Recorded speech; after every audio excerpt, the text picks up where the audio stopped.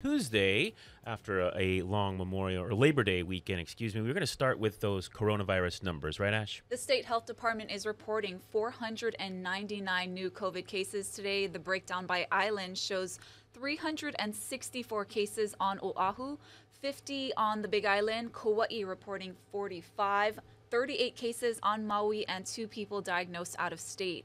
11 more people are hospitalized with COVID, bringing the statewide total of current hospitalizations to 443. 13% of those patients are vaccinated. Now, an acute care module outside Queens West Oahu is set to open today. The Healthcare Association of Hawaii says the triage tent will be used to treat patients when there's no room left in the ER. There are about 620 healthcare workers from the mainland assisting local frontline caregivers. But with COVID cases still surging, Lieutenant Governor Josh Green says more people will end up in the hospital.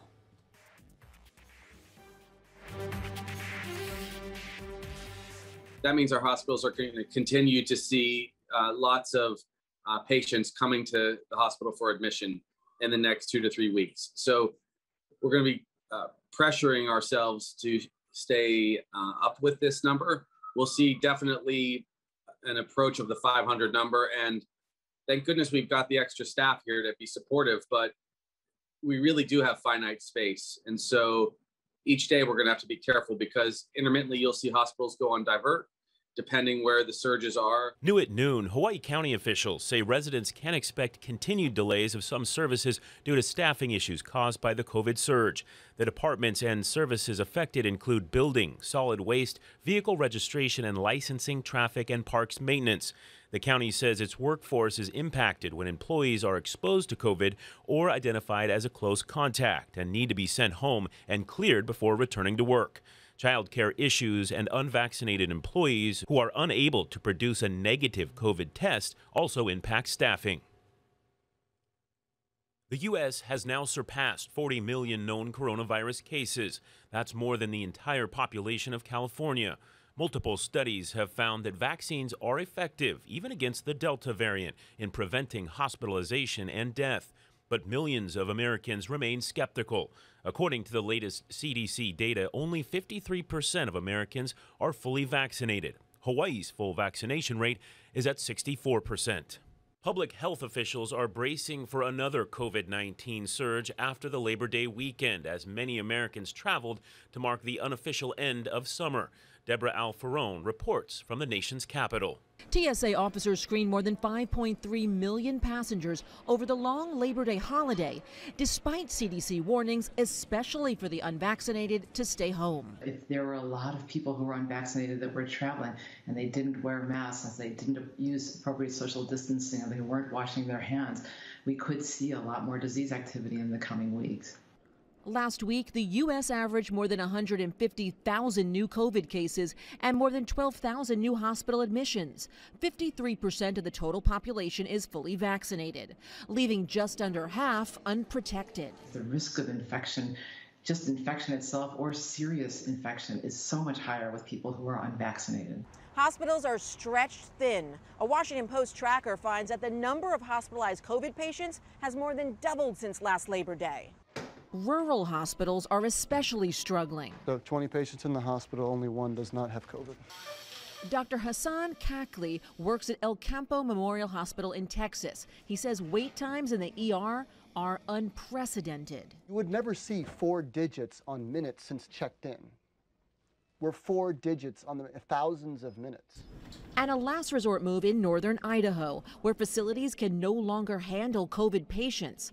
Crisis standards of care are in effect, allowing hospitals to allocate resources to the patients most likely to survive.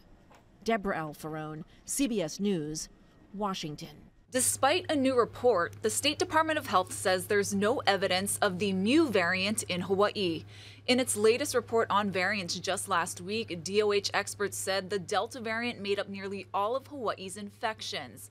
It did not show any detection of the Mu strain.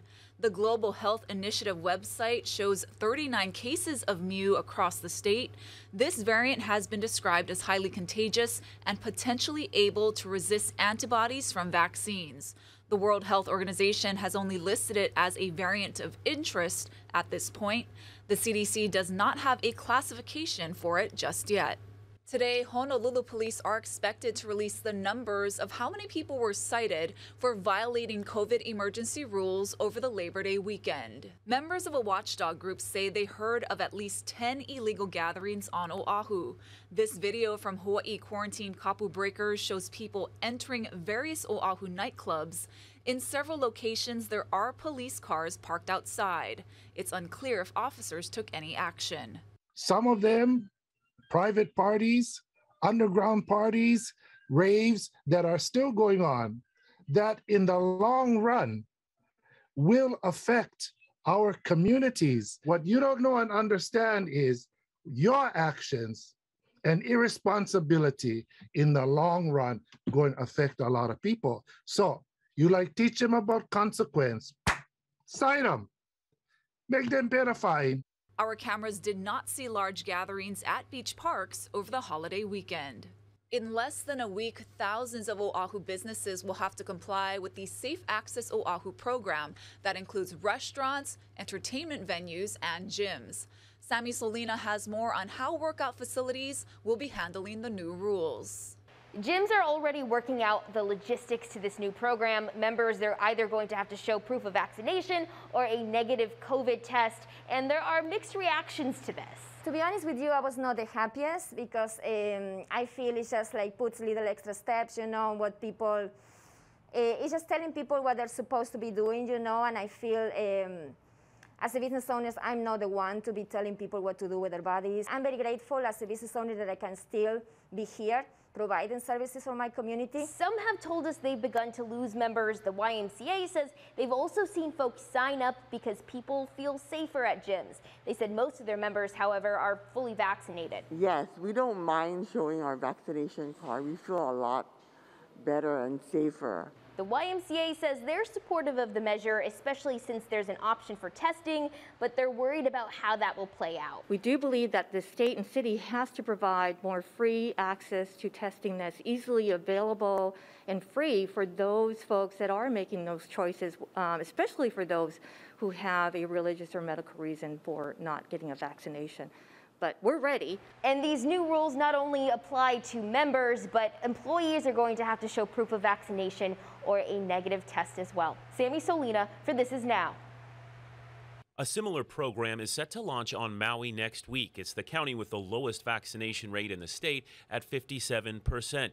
As our Chelsea Davis reports, it's only for restaurants right now, but the mayor there is already getting some pushback. Mayor Victorino says the request has already been approved by Governor Ige and will take effect next Wednesday. He has not mentioned yet if any other businesses besides restaurants will be required to check for vaccination cards. We feel like they're just handcuffing us. Aaron Plakarakis owns 4 restaurants on Maui. He says he understands the need to limit the spread of COVID in his community, but is questioning why the requirement is only for restaurants. We don't mind being the team players, but we don't feel like we should be the only ones that take the brunt of it. Are they talking to the airlines or what are they doing different? People just won't go. Some Maui residents say the new rule won't entice people to get vaccinated. They say it'll only hurt the restaurants even more. It's not very fair to the restaurants, and there's so many other businesses that don't have this restriction, and the restaurants have already been through so much, and they're struggling to stay in business. It's also still unclear how the new vaccine card program will be enforced. We have to self-police. So all of a sudden, we have to be experts on what's indoor, what's outdoor, who's vaccinated, who's not. Is that a legitimate vaccination thing that we are going to have to charge? Are we going to have to now compare it to a driver's license to make sure that, where does it end? Chelsea Davis, Hawaii News Now. Hilton Hawaiian Village has laid off 25 maintenance workers and put 150 housekeepers back on call. The hotel did not announce that, though. The Unite Here Local 5 union did. The Village is the largest hotel in Hawaii and the largest Hilton in the world, but it relies heavily on international traffic that never came back. And now traffic from the mainland is falling. Today, we spoke to Local 5's Eric Gill to see how these cutbacks are already affecting members. It's unfortunate that our employers, our hotel employers, have seen fit to reduced work coming out of the pandemic. So many members never got recalled to work because of policy changes made by the hotels that had nothing to do with pandemic security, just a pretext. So in particular, we've seen hotels retreat from the daily cleaning of rooms, which is one of the things that makes hotels attractive to people, is the fact that your room will be cleaned. And Hilton, among other major players, have eliminated the practice, leaving hundreds, thousands of housekeepers without work. Housekeepers like Nelly Riante from Hilton Hawaiian Village, who hasn't gotten called to work since August 23rd. Have you been laid off? We never received any letter from the company yet, but we don't have any schedule anymore. 2 weeks now. So I bet we are furloughed, but there's no official letter yet stating that we are. What is that like for you, not really knowing exactly when you'll be able to return to full-time and not really having that communication from a company? Yeah, I know it's very hard. It's like living in uncertainties again, like the way we lived for 16 months during the pandemic. And now our hopes went down again, because when we were recalled back to work, we had high hopes already that this is it will continue already for us to have a schedule. But now we are on call basis again. We don't know if we are furloughed or laid off. With the federal benefits for unemployment running out, do you know what you're going to do in the meantime if you're not able to get back to a place where you're making enough working?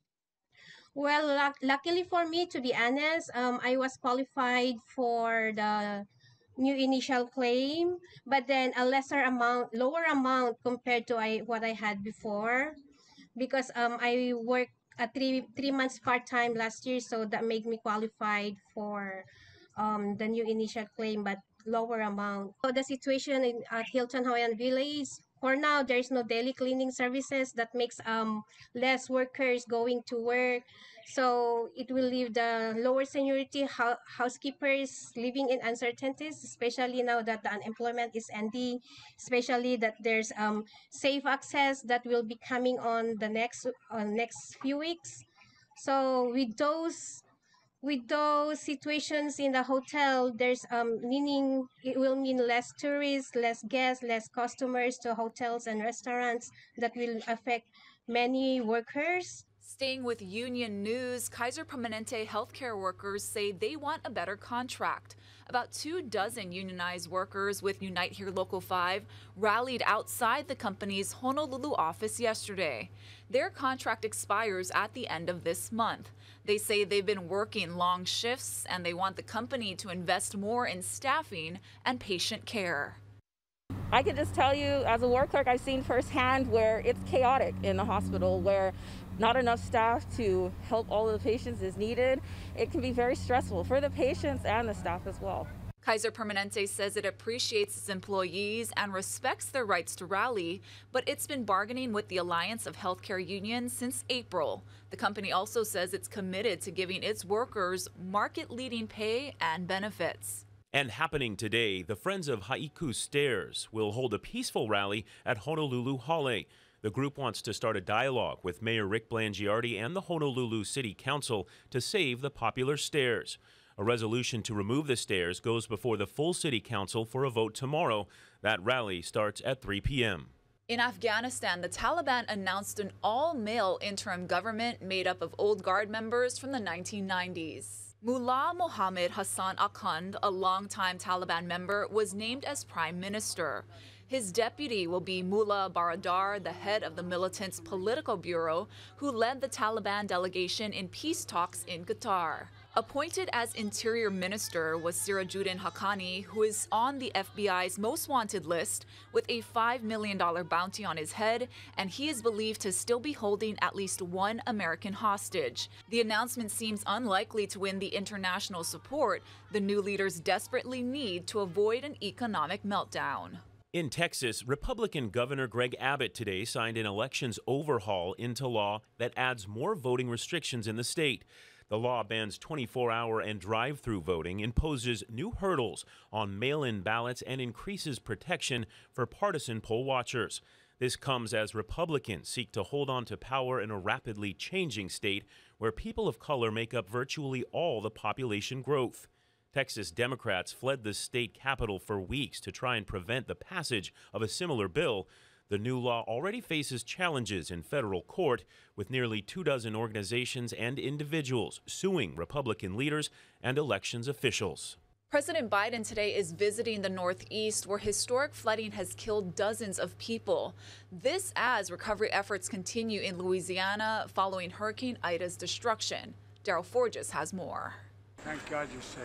President Biden touring the destruction Ida left behind in New York and New Jersey.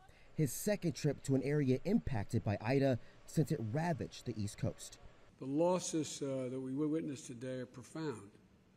Dozens of lost lives, homes destroyed. The remnants of Hurricane Ida delivered tornadoes, torrential rainfall, and deadly flash flooding last week, killing more than 50 people in the Northeast. My thoughts are with all those families affected by the storms and all those families who lost someone they loved.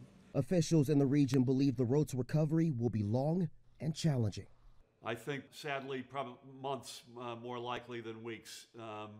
And that's the message we've been giving to folks, that this is going to be a long road, but we're going to stand with them at every step of the way. Louisianans also facing a long road ahead. The situation for many remains dire after Ida made landfall as a Category 4 hurricane, bringing winds that wreaked havoc across the state. Hundreds of thousands are still without power, some dealing with much more. Some of the hardest things I've had to deal with is looking people in the face who just have lost everything. Now the president warning that the impacts of recent severe weather nationwide mean climate change requires immediate attention. I think the country's finally acknowledged the fact that global warming is real and it's moving at an incredible pace. And we've got to do something about it. I'm Daryl Forges reporting. Back here at home, a beautiful Tuesday afternoon, but will that weather stick around for much longer? And what can we expect in the next coming days out of this long holiday? Let's check in with Guy Hoggy.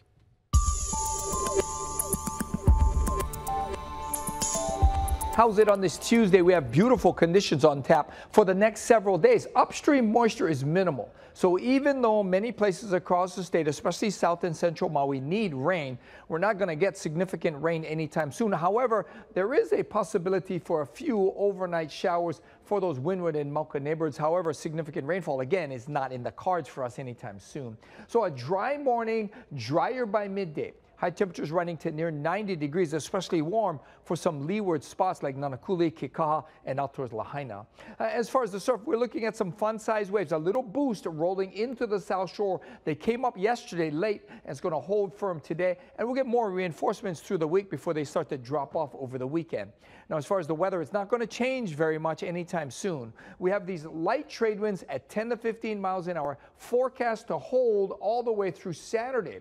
We'll see a few more clouds maybe on Thursday into Saturday, and then increasing trade winds are expected the early part of next week. Keep it here on Hawaii News Now. We'll have all your severe weather updates. A well-known Hawaii football player who almost had to say goodbye to the sport because of a very serious leg injury was back on the field this weekend. Steve Uehara has the story. I was grateful. I was just having fun out there. I was just having fun like it was 3 years ago again. So I was just embracing that moment and have fun in that moment. Mackenzie Milton deserved to enjoy his time on the field this past Sunday. It was almost 3 years ago, or 1,017 days to be exact, since his last game. On November 23rd, 2018, he suffered a knee injury that almost cost him his leg. 6 on third down. Milton sprinting out. He's cut down at the 25. You can't go around tough things. You just got to go through them. You got to go take them head on and attack them. And despite the physical and mental hardship he endured, he never wavered. To use his word, he attacked. He went through multiple surgeries, painful rehab. He even transferred from UCF to Florida State for a better opportunity and to reach his goal of playing again. And then Mackenzie Milton to pass. Welcome back to college football, Mackenzie Milton. Mackenzie came off the bench and led Florida State on 2 scoring drives in the fourth quarter. But while we focus on his moment, he's thinking about the big picture and, more importantly, his team. Just add You know, I feel like, you know, I went in there and executed, you know, the plays that were called. Obviously, I wish we could have pulled it out in overtime or in regulation, but, you know, just, you know, the ball rolls this way or that way sometimes, and, you know, Notre Dame got the victory. I feel like I did okay, I guess. Still, Mackenzie understands that his resiliency is an inspiration for just about anyone, and he has a special message for his fans back home in the islands. I love you guys so much. Thank you guys for your thoughts, prayers, and I'm going to put on for you guys this year. I'm going to put on for Hawaii, just like I always do. So I love you guys. And Mackenzie will be watching. Mackenzie Milton back to pass. Over the middle, gets it complete. For Hawaii News Now, I'm Steve Uhar. Milton's got the hot hand, and it was Keyshawn Helton, and it's first and goal. So great to see him back on the field.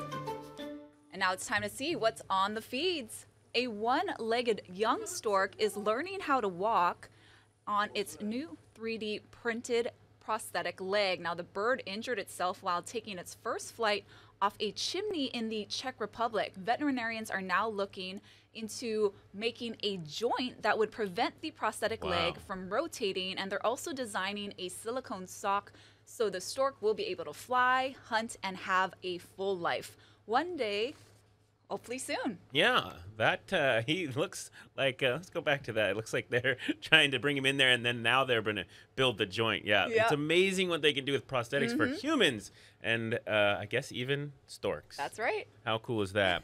Well, who needs the tooth fairy, Ash, when the Illinois State Police are on duty? Take a look at this. The state police say dentures were found inside They were found inside a cup at the Illinois State Fair. Excuse me. By the way, the Illinois State Fair is awesome. A fairgoer flagged down the policemen so they could take custody of the teeth. Officers then posted a photograph that you see there on Facebook, alerting viewers of the, quote, abandoned chompers. Police say the owner of the dentures can claim them at the Lost and Found at the Illinois State Fairgrounds. You know, I've spent some time in Illinois. I know. And the fair there is no joke. Is that not surprising to you that someone left their teeth there? Checks out. Checks out. That's amazing. I hope the owner finds them.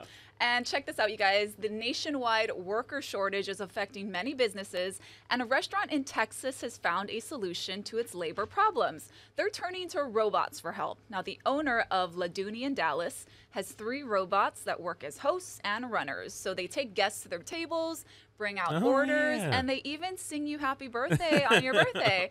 Experts say the labor shortage in service jobs is from low wages and, of course, the spreading Delta variant.